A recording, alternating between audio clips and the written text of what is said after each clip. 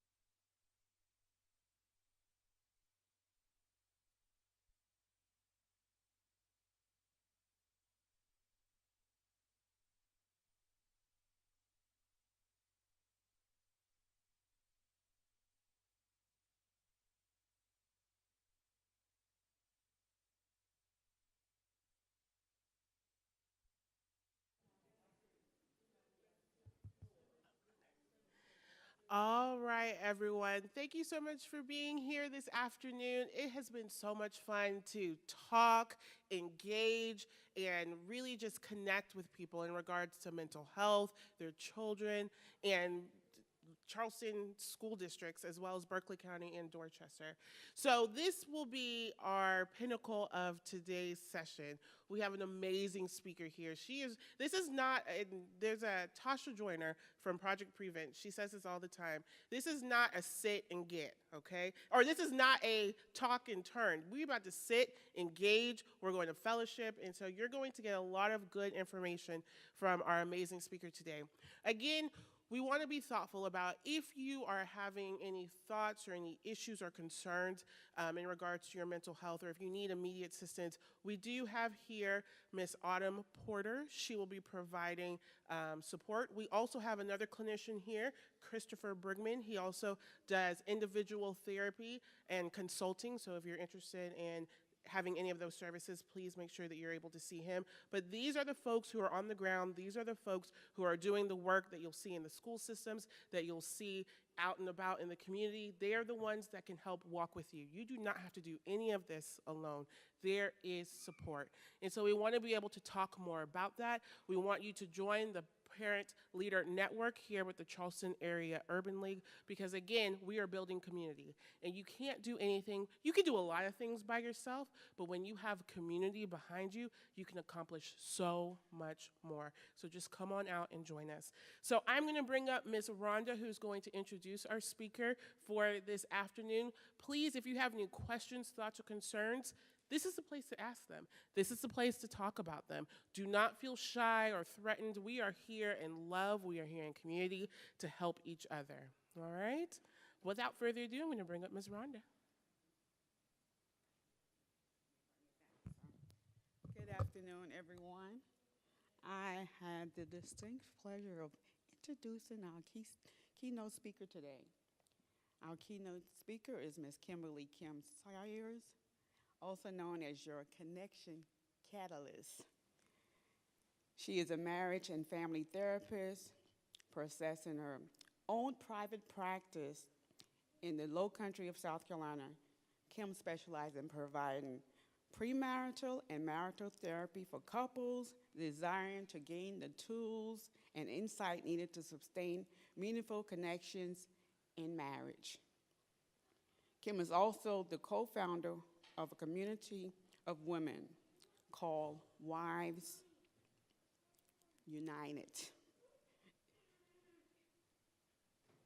It's created to inspire, uplift, and build confidence and engage in married women. Here she hosts a sassy seminar, The Prepared Wife, small group and creative contests via social media platforms including YouTube, Instagram, Facebook, and blogging. Kim is an expert in her field. She is a certified prepare, enrich facilitator, and trainer, where she educates mental health clinicians, pastors, marriage mentors, wedding affiliate, and other community leaders on how to better serve and equip their audience for marriage. Kim has a bachelor's degree in psychology from the University of South Florida and a master's degree in marriage and family therapy from Liberty University. Kim has also served as youth leader and mentor to at-risk youth in the underserved communities. Kim also provides talks as a mental health expert in effort to bridge the gap and break stigmas associated with minority groups in mental health, as well as Christianity and mental health. I don't have my glasses. Sorry, y'all. So let's not delay. Bring to the podium Miss Kim Sayers. Here she comes. Sadie Shahy. I don't know why I didn't bring my glasses. Hi, everybody.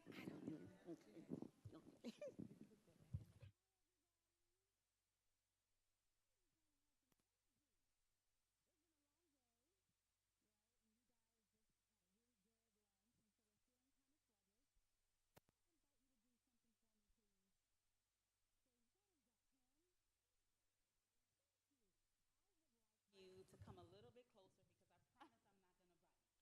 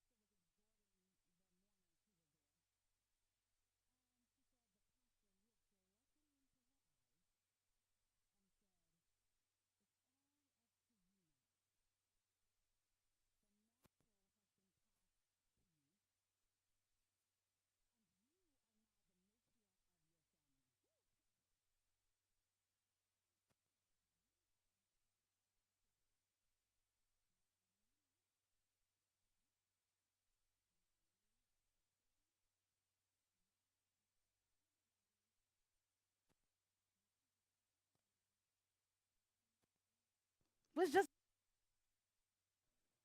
mom was just mom.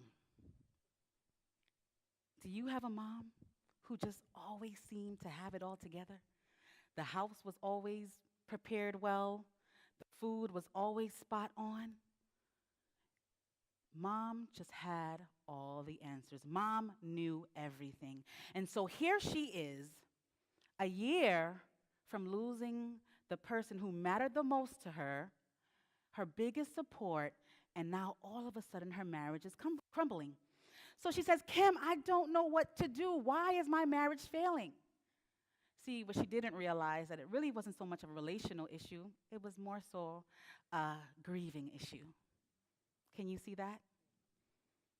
It was more so a grieving issue. Have any of you grieved before? Do you know what that feels like? What does it feel like to grieve? Come on, talk to me. Heavy, yes. What else? Numbing, lonely, sad. What else? Tearful. What else? Exhausting, right? Depressed. All of a sudden she can't eat, or maybe she's eating too much, depending on the day. All of a sudden she just feels like she has no sense of direction, nowhere to turn. She is alone. You know, you can be in a marriage or you can be in a relationship and feel alone. Did you know that? Anybody? I have. Anybody? You can be in a relationship, you can be surrounded by loved ones and still feel absolutely lonely. And that was my client. Pause. I need us to have a hard conversation. Are you open to it? I need us to have a hard conversation. Are you open to it? Before we do that, let me prepare you. Because I'm coming for you today a little bit. But I promise you I won't bite. I promise that the things that I have to say to you, if you allow it to, will change the trajectory of your lives. So let's prepare for it. Let's go to therapy. One of the most powerful skills or tools that you would learn in therapy is how to breathe. Seems simple, right? I have some mental health professionals in the room. How helpful is just breathing? Everything, right? Here's the thing. Sometimes you don't know that you've stopped breathing. Sometimes you don't realize that when you're struggling, you are holding your breath. And so today, I am going to teach you how to breathe. You ready? Simple. I want you to close your eyes real quick so you don't have any distractions. It's just me talking. And I want you to sort of let yourselves go. So if you're closed off, if your arms are folded, I just want you to let go a little bit. And I want you to take one nice, deep, cleansing breath. Let me explain before you do it. When you breathe in, I want you to allow yourself to be mindful and present in your moment. So that means I want you to feel what it feels like to inhale, allowing your lungs to expand and your diaphragm to expand. And then when you exhale through parted lips, almost with a sound, I want you to feel and be mindful of what it feels like to exhale. We ready to try?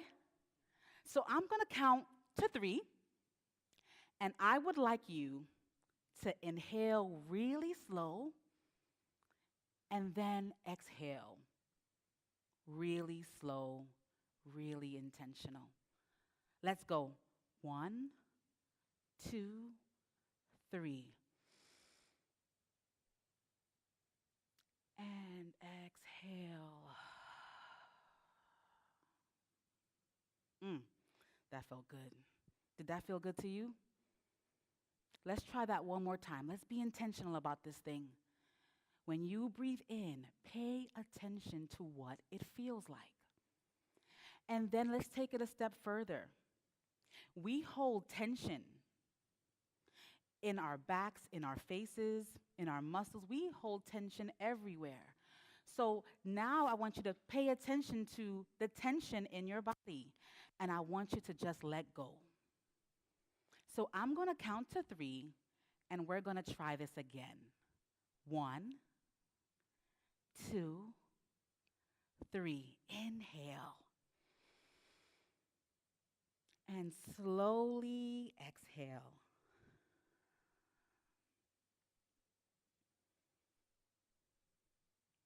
Open your eyes. What did that feel like? Volunteers. Come on, Ms. Cosmos. I was looking at you because you were looking at me, and I feel like you had something to say. How did it feel? Relaxing. Anybody else? You can just shout them out to me. Liberating.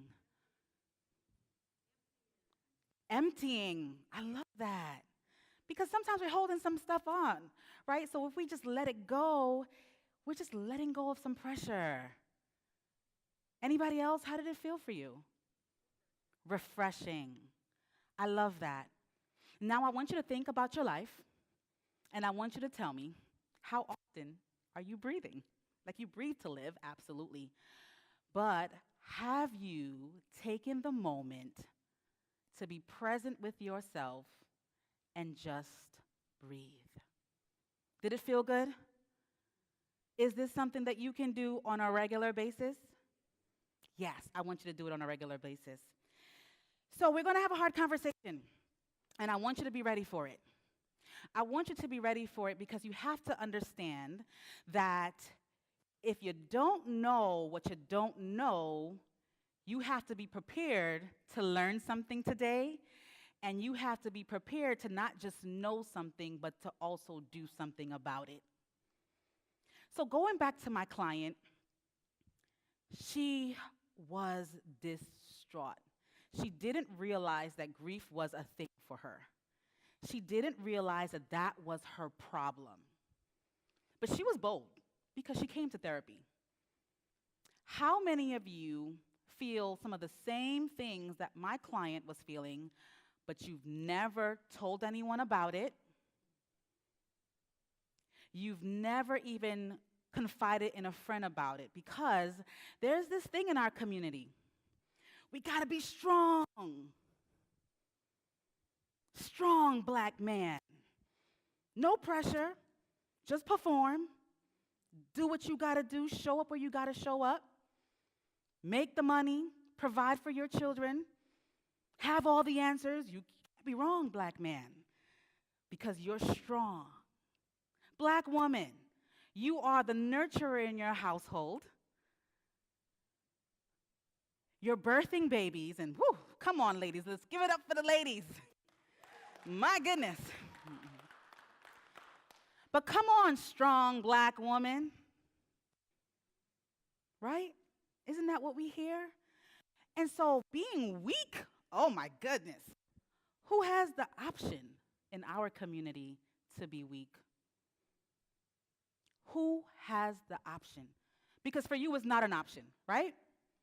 You have to get up and do what you have to do every day. Because if you don't do it, who will?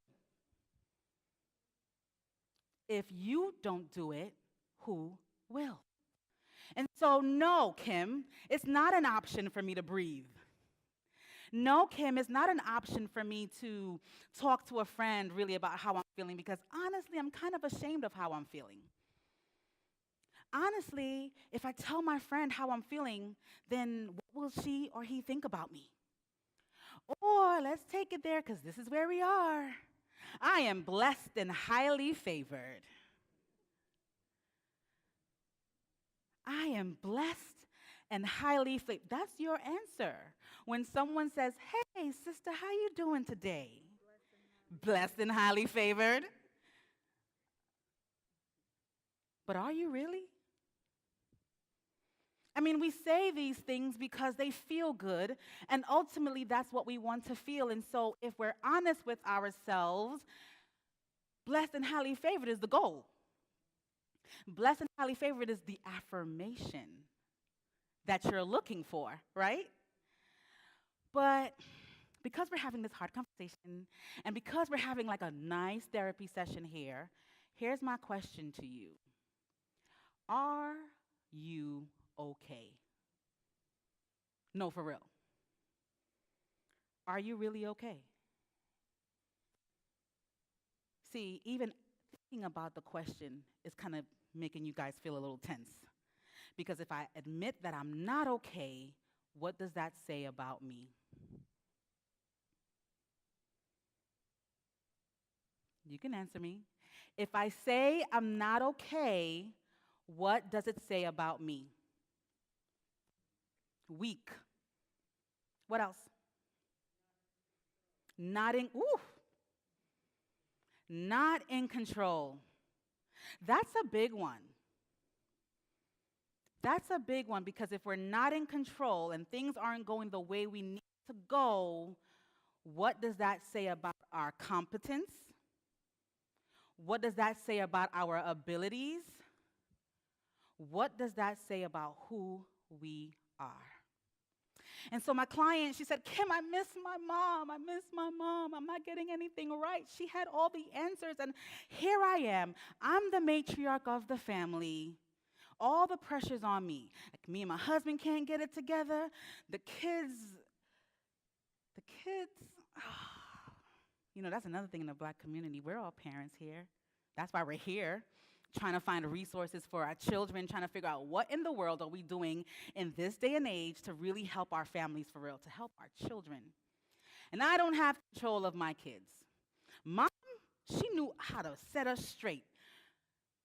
Who cares about children's church when we were growing up? Right?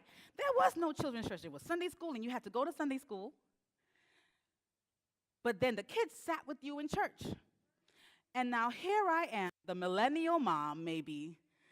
And man, there's no children's church, so I'm not going to church. Oh, I'm so guilty. I'm so guilty of that. Mom just knew how to set us straight. She just looked at us, and we knew to just buckle up. And so now the matriarch is gone, and now I'm struggling because now my whole life seems to be in shambles. Pause. What does mental health look like in real life to normal, everyday people? What does it look like? We assume that it's the person who is sort of seeing things in what we call psychosis, but I don't want to get all big with you. Just kind of like that person just seems like they're just going all over the place, no direction. Just this person is evidently ill. I can see it. It doesn't seem normal. That's what you think mental health looks like, right? Or someone who is on heavy substances, heavy drug use. But what if I told you that mental health also looks like the grieving daughter? What if I told you that mental health looked like the student going to school and is failing? What if I told you that mental health looked like the child who is having tantrums and behavioral challenges in school? What if I told you that? What does that change for you? What does that mean? What does that mean? So my question to you is, how is your mental health? How is your emotional health? How is your relational health? Because that'll tell me if you need my help. That'll tell me if you need his help. And that'll tell me if you need her help. And so I want to normalize this thing for you because our community doesn't really get the option and have time to sit and think about our feelings. But guess what? It's showing up in your life. Yes, you don't have the time to focus on your mental health because you have your children. You have to go to work. Who's going to pay the bills? I get it. But my question to you, how is that working for you?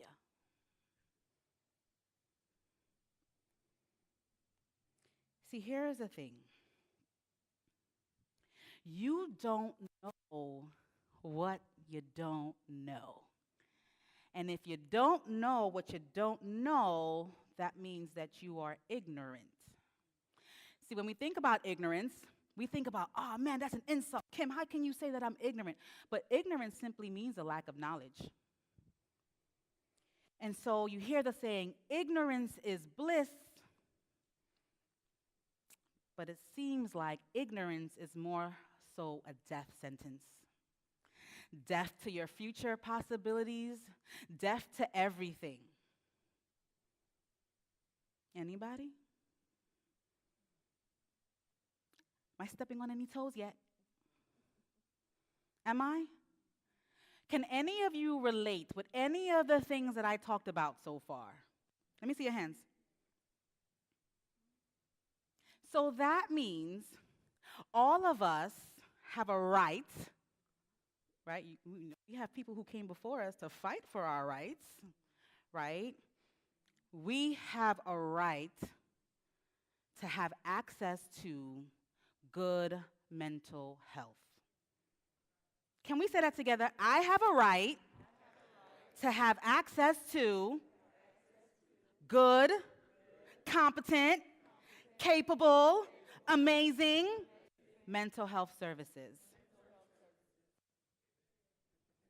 And I may not be someone who is on heavy medication, and I may just be like the average person, but it doesn't mean that I'm not in need. And it doesn't mean that people like myself isn't happy to welcome you and help you. Can we talk about the black church real quick? Because we're here. Yeah, you know I can't shout, right, in real life. So, no, let's not do it. I'll embarrass myself. But the black church has been the pinnacle of the black community. Is that the truth? And so our community values spirituality and faith. Yes or no? Or should I say yes or yes? We value spirituality because that's where we got our mental and emotional support from. That's where we got our mental and emotional support from. And so we would come to church, and the band, and more than likely, if you go into a black church, that means the band is on point. Dun, dun, dun, dun. And you already know everybody's ready. Because it's the moment where you get to release all the frustration, all the pain, everything that you've experienced in your life on that Sunday morning. And so everyone next to you, this is their moment because this is the only outlet that you are allowed, pretty much. It's the only place that's considered your safe place. But then there is the stigma. And so if I believe in God, what does that mean? Can I reach out to services? Am I allowed? What does that say about my faith? What does that say about my belief? Is any of this resonating? What does it say about me? Am I not a good Christian because I can't seem to get this depression and anxiety under control? And then the word says, be anxious for nothing. Why am I so nervous? Why am I so scared? What does that say about me? And so all of a sudden, now you're questioning your spirituality and whether God hears you, whether God sees you, and if he understands what you're going through. Because you're not really giving yourself the permission to just be present in the moment. That you have to tell yourself that you are okay. But I just asked you, are you okay? And the answer is what? No, you're not okay. Here's another thing that I have to call out. What happens in our house stays in our house. So now we have secrets. And now we're having trauma. Don't say this because no one needs to know what's happening in our household. But yet still we have women who are being abused sexually in their home young ages. And then we're expecting them to grow up and know how to do life without saying anything. Or we are experiencing substance abuse in our own homes and what that looks like. But we can't say anything because nobody should be in our business. But why do we think that no one should be in our business? Probably because we're not really trusting as a community, really, are we? And so we suffer in silence.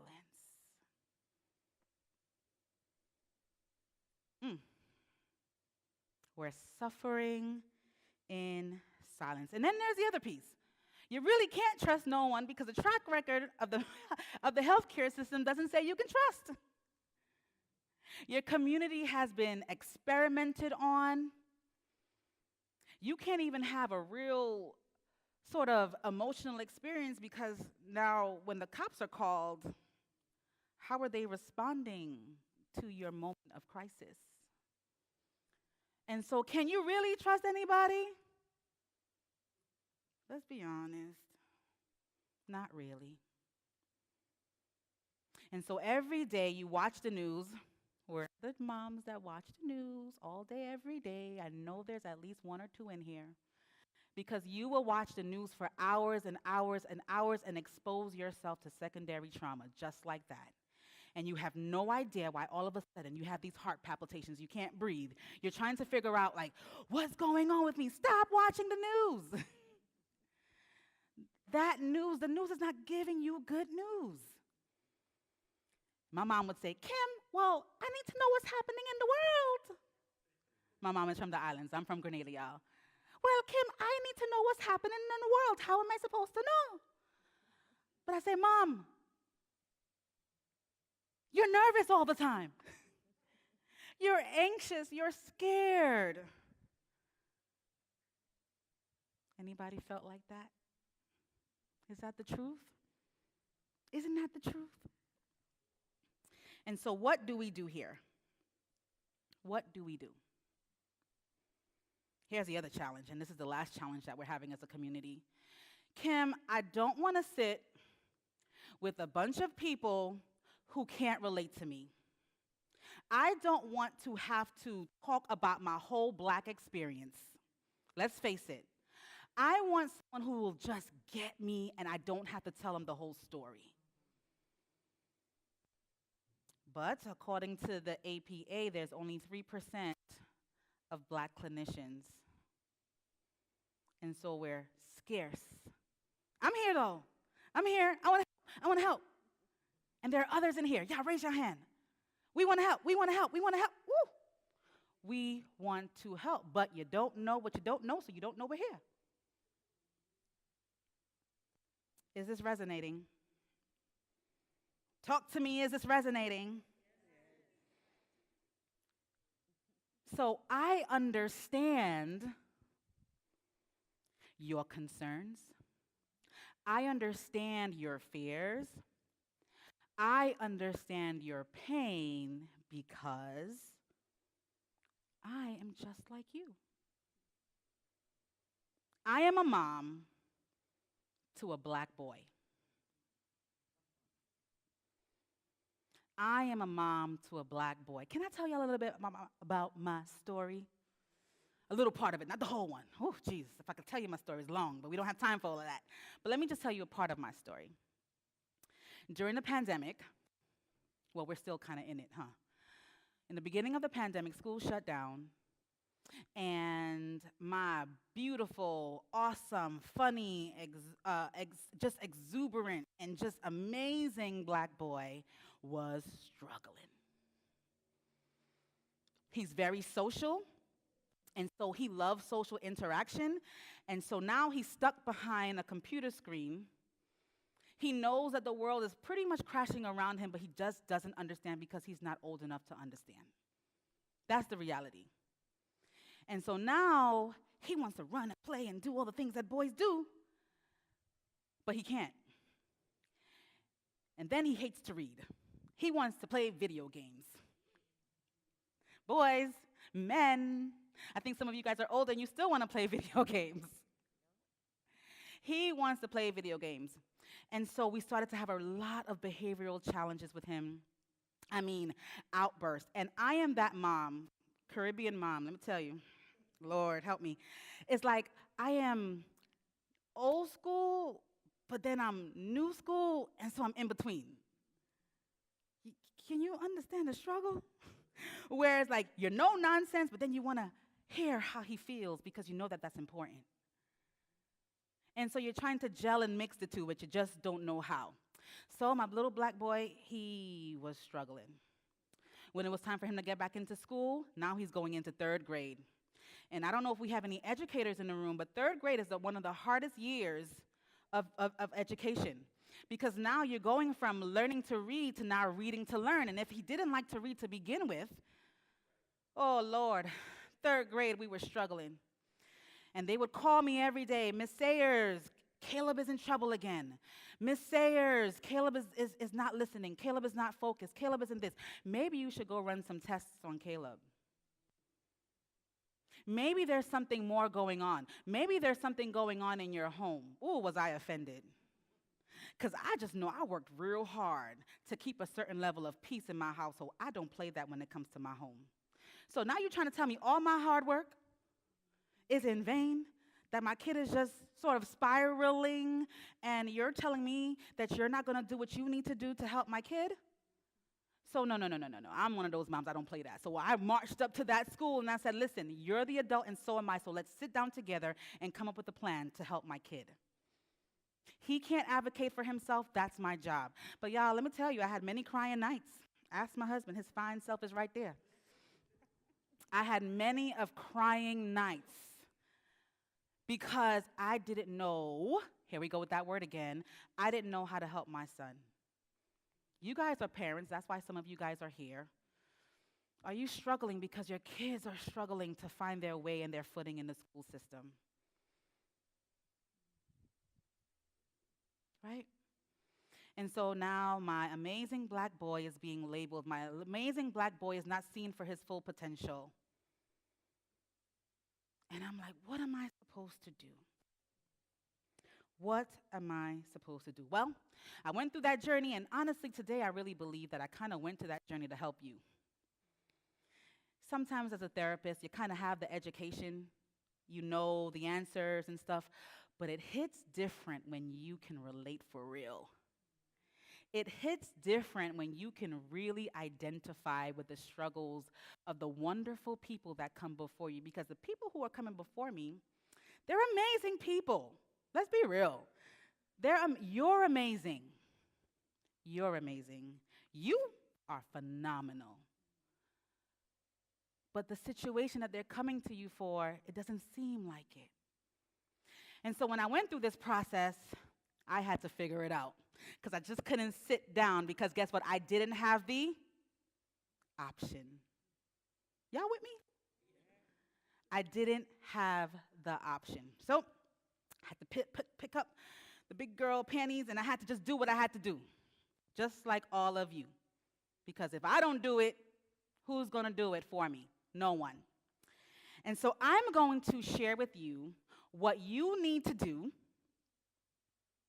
in order to be an amazing mom, an amazing wife or partner, wherever we are, I'm not really sure. I'm going to show you what you need. You ready for it? It's only one word. And I'm going to say it, and then I want you to be like, yes, because we're pumped and we're excited because now I'm about to give you a solution. It's a process, but I'm going to give you a solution. You ready? Come on, y'all. You ready? Yes. All right. You need courage. You need courage. We're in church, so I'm sorry. I love the Lord. I'll be honest with you. I love Jesus. And in therapy, we talk about it if my clients want to. And one of my anchor scriptures that really helped me out was Joshua 1:9. It said, be strong and of good courage. Be strong and courageous. Don't be afraid or discouraged because the Lord your God is with you, right? Here's the thing. We go to church and we hear the messages, but we need therapists and mental health professionals to show you how to be strong and of good courage. We can help you do that. Sometimes you hear your pastors give you this wonderful word, and he is spot on. He knows he's right. And I'm pastor. He's on point. But sometimes you're trying to figure out, like, well, Pastor, how can I be courageous? I'm already strong. I don't got a choice to be strong. How can I be courageous? So I'm going to show you. So you need to be courageous in order to become aware that you are comfortably sitting in your discomfort. Yes, you can comfortably sit in your discomfort because this is not what you're used to. This has become your new normal. And so even though you know you're not okay,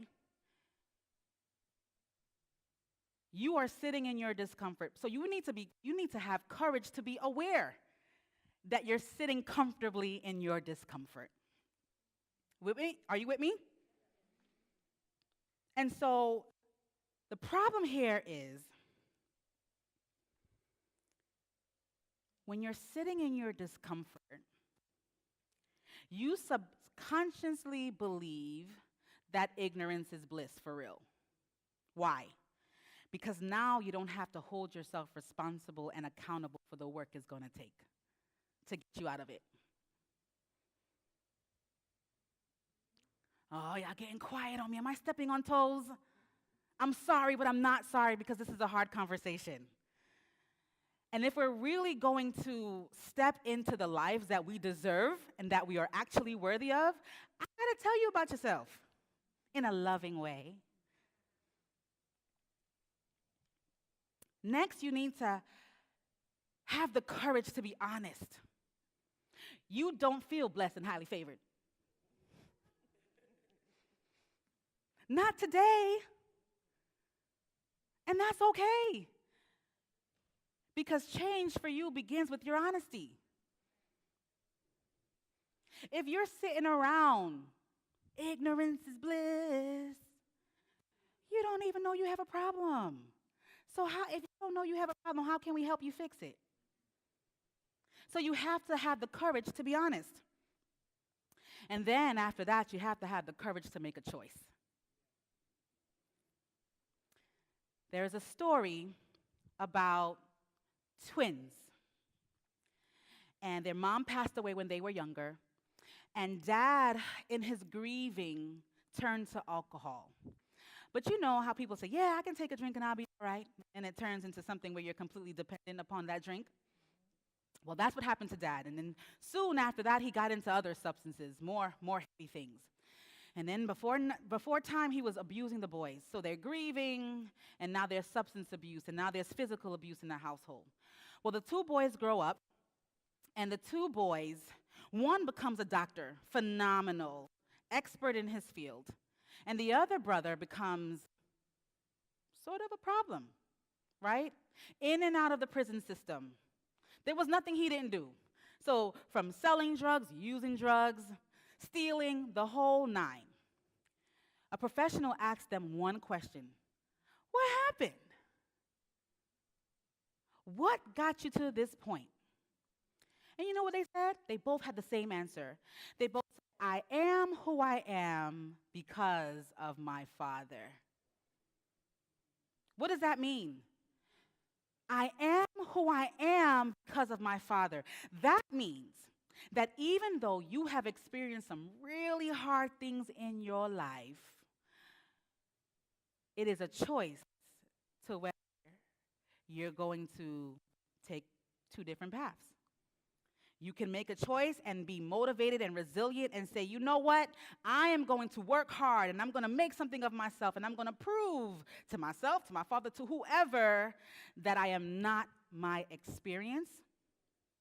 Or I can struggle through the pain and do other things because now I'm finding comfort in the things that are just not really even healthy for me. It's just getting me in a whole lot of trouble.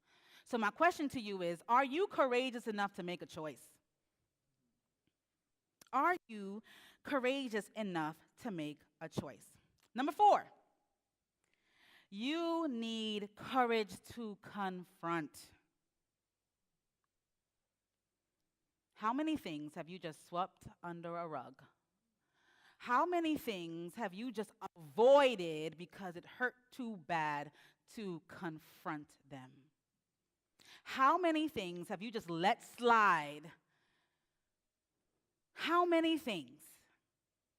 How many things? But I tell my clients, you can sweep something under the rug, all that dust, just pick up that and just sweep it on. But here's my thing. Do you have allergies?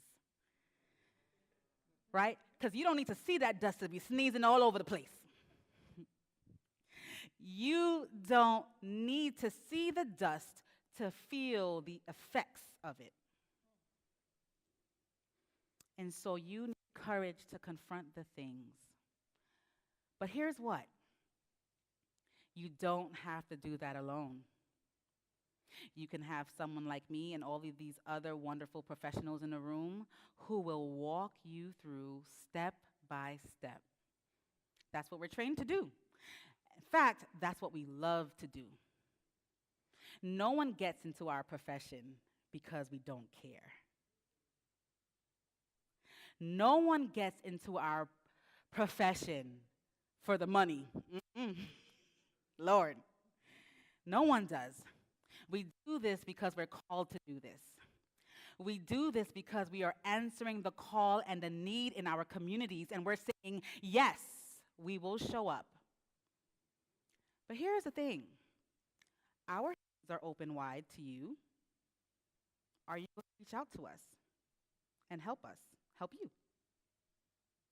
Community is so important because community is going to give you the support that you need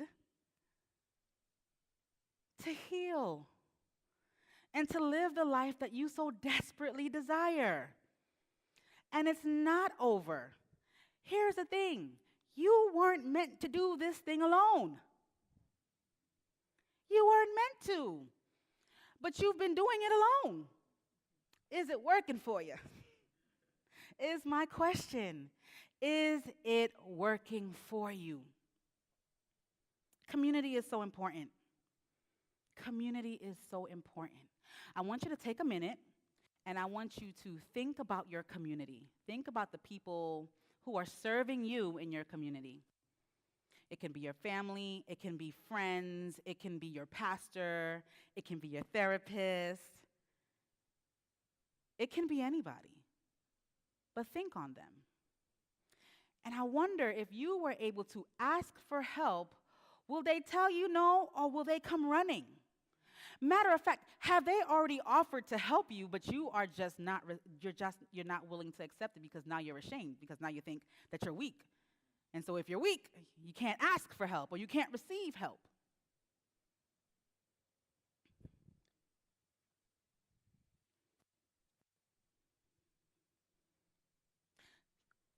My client missed her mom.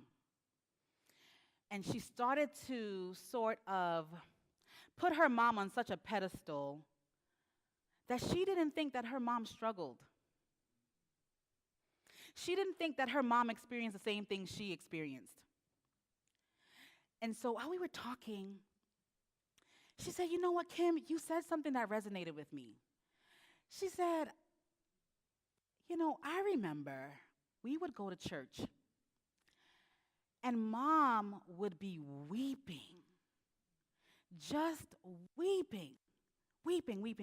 She thought Mom was just in the spirit. Mom was worshiping and Mom was praising. And there was a time where they would ask Mom to sort of give scripture verse, testimony times and things like that. And so during this time, they would say, what's the scripture verse that's getting you through? What's the scripture verse that's getting you through? Do you want to know what the scripture verse was? Weeping may endure for a night, but joy comes in the morning. She said, you know what, Kim? What if Mom struggled as much as I did? What if it really wasn't that easy? What if that was just my perspective?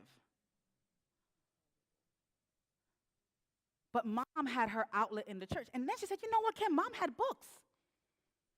So she ran to get the books. Mom had a book on how to forgive when you're hurt. Mom had a book on how to deal with anxiety.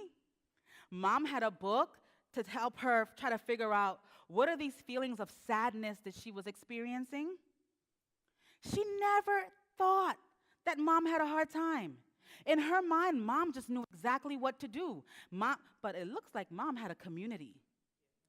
It looked like mom used her resources. That's what that looked like. So community is so important. Community can be social support. Community can be familial support. Community can be professional support. But it's community. And so back to Caleb. My goodness, it was a rough year. But I'm just so happy to say, yesterday, my son read to the 4K class. He doesn't like to read. But he read to the 4K class. And why did that happen? My son does not like to read. But he was so excited. But I'll tell you why. Because I realized that I couldn't do this thing alone. And the reason I was failing and bombing and feeling a whole hot mess was because I was trying to do it on my own. And so I enlisted his community. I enlisted his auntie, who is a teacher, who is absolutely incredible. And she would call him every week to read with him on Skype or FaceTime or whatever. Every single week. Faithfully, she did that when I asked her for help. And then I happened to get in touch with the teachers. I went and I sat down with everybody. Y'all, I don't play. So I said, everybody's going to come see me. I want to see every single teacher. I want to see the principal. I want to see the counselors. And I spoke to them, and I affirmed them because guess what? Being a teacher isn't easy. And honestly, they knew how to really, really help. They actually really do want to help. Because if your children are not succeeding, we're talking about messages. What do they feel like as a teacher? So sometimes we can think about being all in our own feelings, and we're not thinking about the struggles of the administrators. The pastor this morning, he said, we need to get back to teaching and not the paperwork of the Did y'all hear that this morning? And that really resonated with me. That resonated with me because, man, that was my experience. And so I reached out to my community, and I found a wonderful, what is she? She's a curriculum facilitator, and she just has a way with my son. And she will take him after school, and she did extra reading with him, and she assessed him properly. And she said, Kim, this boy can really read. She said he's a great reader, but he's getting a little mixed up with the things that are happening in the classroom. Is a little bit discouraging for him. Or he had a bit of a bully situation. That's a talk for a different day. But our children are in crisis. And the reason that they're in crisis is because everybody's in crisis. So why are we expecting that our children will be in crisis also? But you know what? I'm not necessarily here to talk about the babies, really and truly, because everything starts with you as a parent. Because if you were to take control and have courage and reach out to your community and work on your mental health, get the resources, use the resources, and if you're in a good place, let me tell you, it is going to trickle into your family, and everyone is going to see the effects of it. But that means you have to do the work.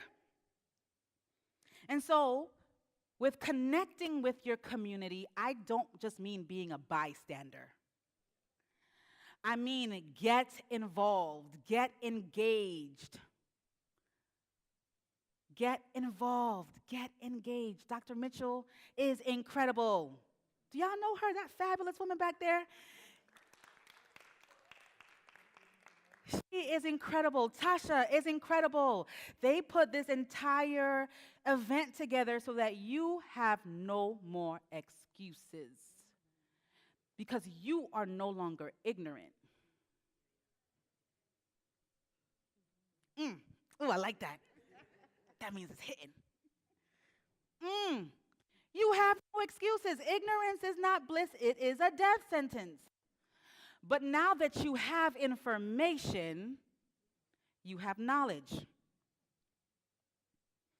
And so that leads me to now you need courage to commit. I can have my hands open and out waiting for you to join me, and I'll stay here because I'm ready for you. But it's up to you to commit to take my hand. Your pastor will stand up there on that pulpit, and he will preach his heart out.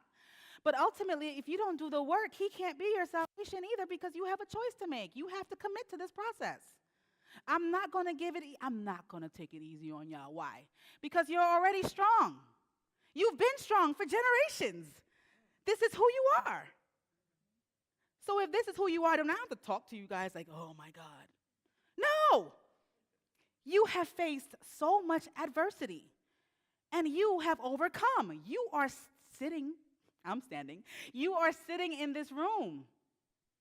You are powerful. You are amazing. You are incredible. Do you know that? I see it. Do you see it? I see it. Do you see it? But we need you to meet us halfway. This room should have been packed out.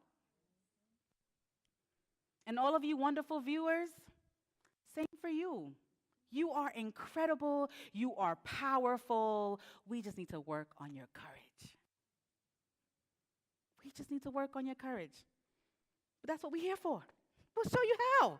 I don't know how much time, I'm going to keep on saying that. We will show you how because you're not doing it alone. We want you to win, and you will win.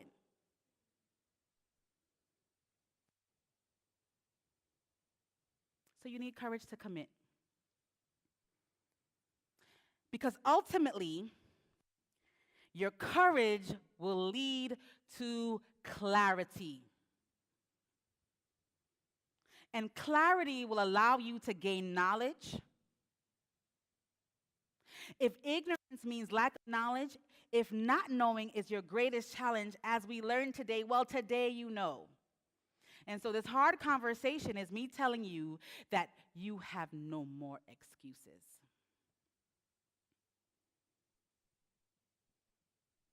What is the opposite of ignorance? Oh, I can't hear you. Knowledge. And what is knowledge? Woo! Power. Yes. Knowledge is power.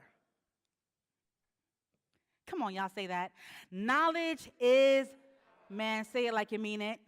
Knowledge is power. One more time. Knowledge is power. And so for generations, people have been trying to take your power away because if you only knew what you could do united, if you only knew what you could do united, there's nothing you can't do. There's nothing you can't accomplish.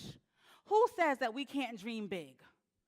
Who says that we can't accomplish the impossible? Is that not what our faith says? So why aren't we living it?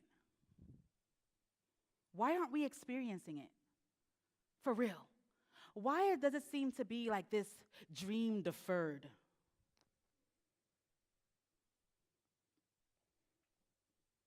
Knowledge is power. So we need courage. Courage to acknowledge your comfort in your discomfort. Courage to be honest with yourself. Courage to make a choice. Courage to connect to your community. Come on, y'all, join that parent leader network. Courage to confront the pain. Courage to commit. Because ultimately, courage leads to clarity. And clarity means that you have room to absorb all of this knowledge. And knowledge is what? Come on, say it loud. Knowledge is what? Knowledge is power. I'm getting ready to end. And I want to leave you with this short story. Have you guys ever heard of the parable of the drowning man? You have? Okay, so I'll tell the story real quick. There was a man who was in the midst of flood. And the flood waters are rising and rising and rising. And the man prays. He said, God, save me. Save me. The challenge here is that he had his idea of what salvation looked like. So here come a boat, there came a towing, says, hey man, come on, let's go, let's get out of here, the floodwaters are rising. He said, go away, God is gonna save me. They're looking at him like, bruh, what are you saying right now? Well, can't force him to do something he doesn't want to do, right?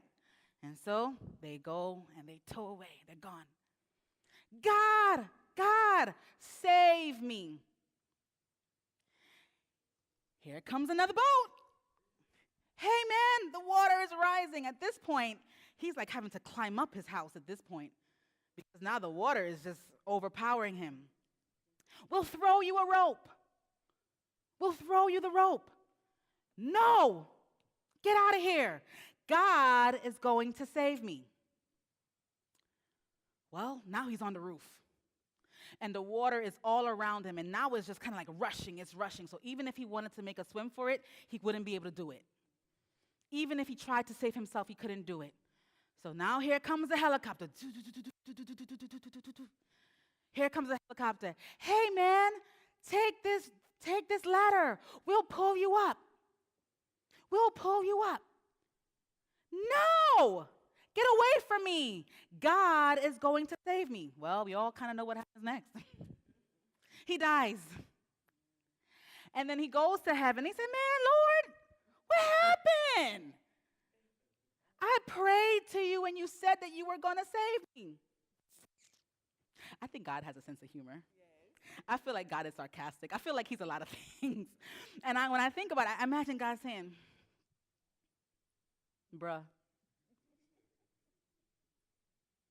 I sent you a boat. I sent you another boat. And then I sent you a whole helicopter. I answered the prayer, but you did not receive what was given to you. You did not receive, well, welcome you into the kingdom. You love me. Love you too. But I wonder what his life could have been like if he had accepted the help that God had already given to him. God is not necessarily reaching physically down into the earth, but he does send the people to help you. God can use anything and anyone.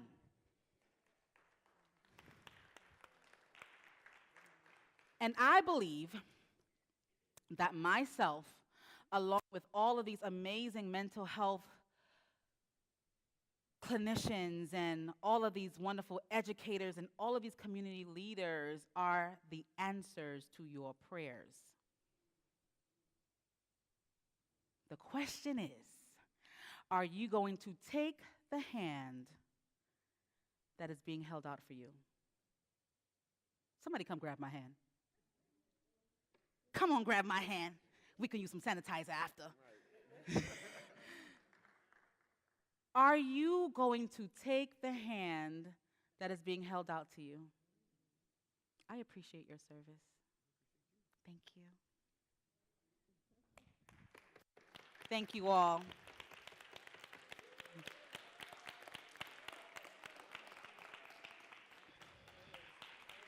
Thank you. Thank you.